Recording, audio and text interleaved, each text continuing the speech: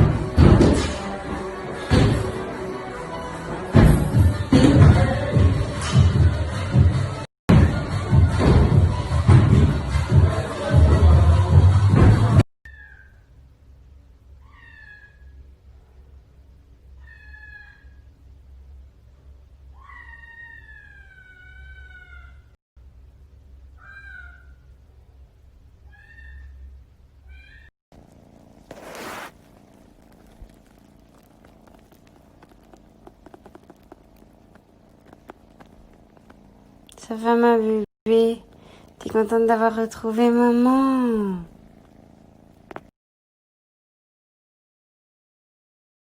Bébé! Coucou! T'es jamais très loin, toi, hein? Oh, ben oui. Oh, allez, dodo au pied de maman. Oui, ma bébé. Hein? Oui, oh là là. À la naissance et du coup, elle a pas pour habitude de faire la... Pour la petite histoire, Pichou fait la pelote depuis seulement 4-5 jours. En fait, elle a été séparée très très tôt de sa maman parce qu'elle a été abandonnée. Pelote parce que les chats font la pelote pour pouvoir tirer le lait des mamelles de leur maman. N'ayant pas eu de maman pour la nourrir, elle avait pas appris à le faire et là ça fait 4-5 jours qu'elle le fait tout le temps sur ce plaid-là et c'est trop mignon de voir comment elle grandit.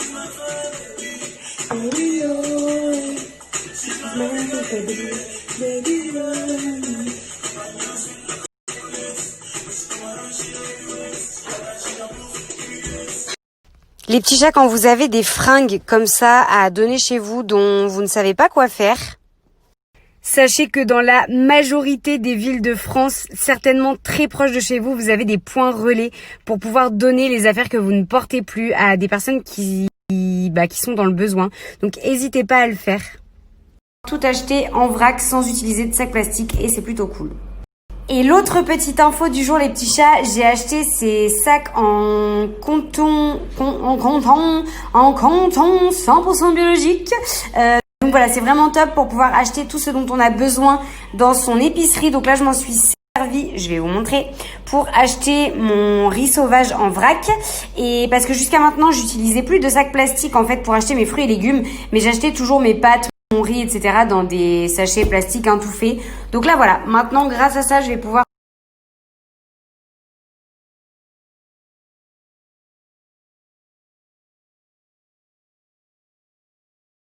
Petit aparté, si tu n'es pas une nana, je te conseille de skipper les 3-4 stories qui vont suivre, à moins que toi aussi, petit Fit Cat homme, tu aies envie de te faire épaissir les cils.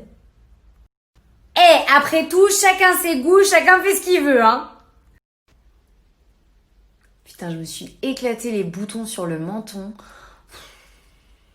j'en ai marre d'avoir des points noirs.